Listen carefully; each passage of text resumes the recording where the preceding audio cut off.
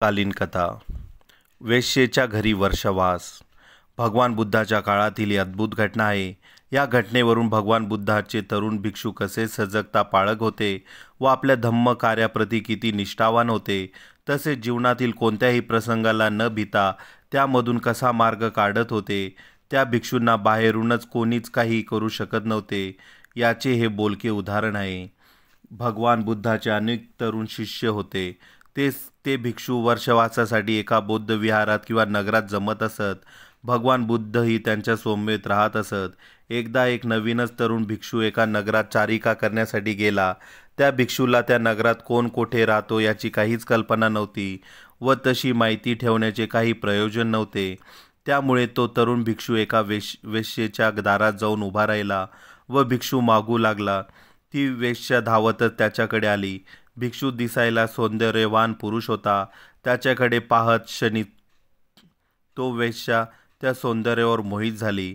वास्तविक ती वेश्या सुद्धा खूप सौंदर्यवान होती, परंतु तिने जो तरुण भिक्षू पाहिला त्याच्यामध्ये सौंदर्याचे वेगळेच तेज होते.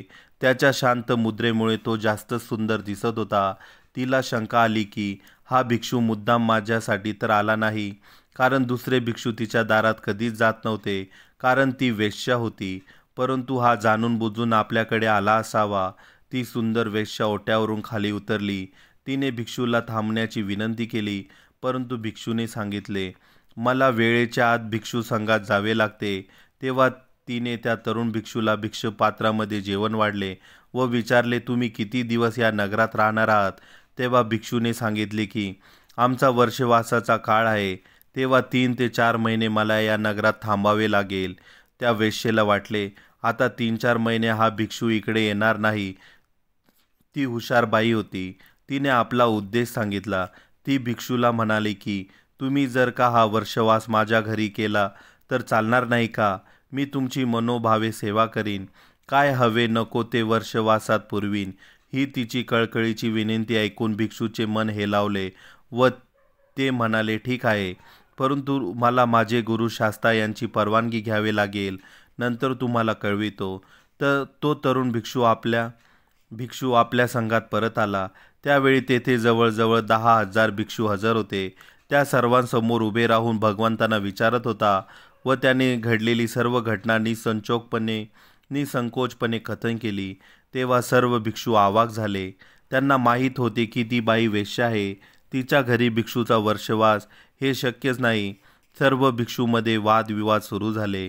त्या भिक्षूने सर्व सत्य घटना भगवंताला सांगितली. त्यावेळी बऱ्याच भिक्षूंनी त्याला हरकत घेतली. ते म्हणाले, ती बाई वेश्या आहे. ती तरुण भिक्षूला भ्रष्ट करेल. तसे जर असेल तर आम्हालाही परवानगी द्या. ग्रहस्थाकडे वर्षवास सुरू करू. असे अनेक विचार भिक्षुगण बोलून दाखवत होते. भगवंत व तो तरुण भिक्षू ऐकत होते. सर्वांचे म्हणणे असे की ती सुंदर वेश्या आहे. अनेक तरुणांना मोहात टाकते, फसविते. तेव्हा या तरुण भिक्षूलाही फसवेल.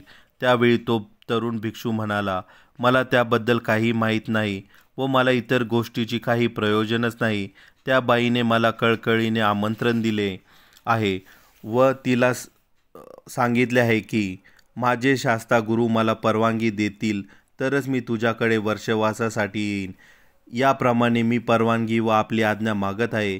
आपली परवानगी नसेल तर विषय संपला. हे बोलत असताना भगवंतांनी त्याचा निर्धार ओळखला व भगवंत सर्वांना उद्देशून म्हणाले, त्याला त्या बाईने निमंत्रण दिले आहे व तो हा निर्णय माझ्यावर सोडत आहे. त्याच्या स्वतःचा यामध्ये काही दोष नाही. त्याने हे स्वतः मागितले नाही. त्याची खरी कसोटी हीच आहे की काय होते हे 4 महिन्यानंतर पाहू. त्या तरुण भिक्षूला त्या वेश्येच्या घरी जाण्याची परवानगी आपोआपच मिळाली. भिक्षू सहजरित्या त्या वेश्येच्या घरी आला. नियमाने राहू लागला, ध्यान करू लागला. ती वेश्याही त्याच्या तत्परतेने सेवा करू लागली. त्या वेश्याला वाटले, हा भिक्षू आज ना उद्या कधीतरी बदलेल, माझ्या प्रेमात पडेल. या आशेवर तिने 4 महिने त्याचे वेळेवर जेवणे, त्याला जे पाहिजे ते देणे असे सुरू ठेवले. त्यामुळे 4 महिने ती दुसऱ्या कोणाशी बोलली नाही. कधी कधी मौन धारण करून त्या भिक्षूसारखे ध्यान करू लागली, परंतु तिला त्याच्या शारीरिक प्रेमाची आस होतीच. तिने मध्यंतरी अनेक वेळा वेगवेगळे अंग विक्षेप केले. बोलण्यामध्ये बदल केला, परंतु भिक्षू शांतपणे तिला उपदेश करत राहिला. शेवटी तिने ओळखले व तिचेच वर्तन बदलून घेतले, कारण भिक्षूचे वर्तन थोडीही बदलले नाही. उलट तिलाच त्या भिक्षूच्या शांत स्वभावाचा हेवा वाटू लागला. आपणही तसे निर्विकार व्हावे, आपला स्वभावही असा व्हावा असे तिला वाटू लागले. जवळजवळ 4 महिने संपत आले. तिने भिक्षूला विचारले, तुम्ही माझ्यासारखे झाले नाहीत तर काय झाले? मी तरी तुमच्यासारखी होऊ शकेन का? तेव्हा भिक्षूने सांगितले, तू सुद्धा माझ्यासारखी होऊ शकतेस. सर्व मानव प्राणी सारखेच असतात. जवळपास सर्वच जण जीवनात मार्ग चुकतात, परंतु महत्त्व या गोष्टीला आहे की जे सरळ मार्ग स्वीकारतात, स्वतःची चूक दुरुस्त करतात, तेच धन्य होत. असा बराच धार्मिक उपदेश तिला केला. अनित्य जीवनाचे चित्र तिच्या पुढे उभे केले. तेव्हा ती वेश्या म्हणाली, मला सुद्धा प्रवर्जा घ्यायची आहे. तेव्हा भिक्षू म्हणाले, तुला माझ्या गुरुकडे यावे लागेल. ते दोघेही भगवान बुद्धाकडे आले. त्यावेळी सर्व भिक्षू संघात खळबळ सुरू झाली. ते बडबडत होते की आम्ही तेव्हाच म्हणालो की हा तरुण भिक्षू त्या बाईस वेश्येला मोहित होईल व भिक्षू संघाचे नाव बदनाम करीन. पण तसे काहीच नव्हते. भगवंताने तिला विचारले की दोघे कसे काय परत आले. भगवंताला तर माहीतच होते, पण मुद्दाम सर्वांसमोर त्या मुलीला विचारले. तेव्हा ती म्हणाली, भगवंत, हे तुमचे भिक्षू 4 महिन्यापासून माझ्या घरी आहेत. त्यांच्या ध्यानधारणा व नियमामध्ये मी बराच वेळा बाधा आणण्याचा प्रयत्न केला, परंतु हे भिक्षू कशानेच प्रभावित होत नाहीत. शेवटी मीच त्यांच्या सहवासाने व त्यांच्या श्रांत वृत्तीला पाहून प्रभावित झाले. तेव्हा मला ही प्रवर्जा देऊन भिक्षुनी संघात प्रवेश द्यावा, जेणेकरून माझ्या निकृष्ट जीवनाचे सार्थक होईल.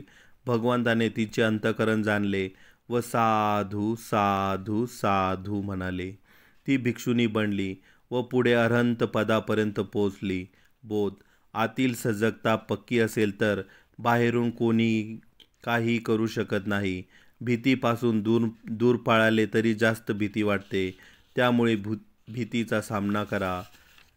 नमो बुद्धाय, नमो धम्माय, नमो संघाय.